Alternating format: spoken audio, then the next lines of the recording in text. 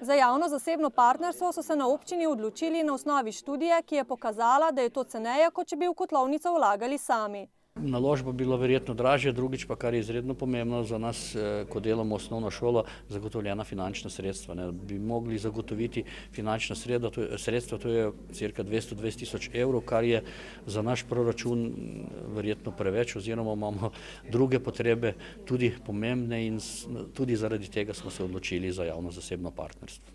Na razpis se je javilo več ponudnikov, popolno dokumentacijo pa je imel le na koncu izbrani koncesionar. To je tolminsko podjetje Toples Energija, ki v pogodbi nastopa skupaj s partnerjem Ekoles Energetika.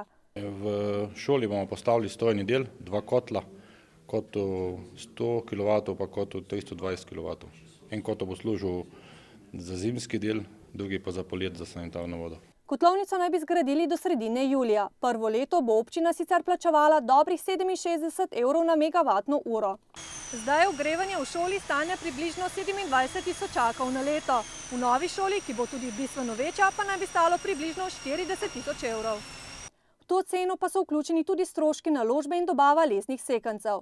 Izgradnjo šole z vrtcem naj bi sicer zaključili junija, a ker je treba poskrbeti še za zunanjo ureditev in notranjo opremo, se bodo otroci v novo zgradbo preselili šele konec leta in ne s 1. septembrom, kot je bilo sprva načrtovano. Zdaj že vidimo, da se približuje datum, ko se bomo lahko preselili.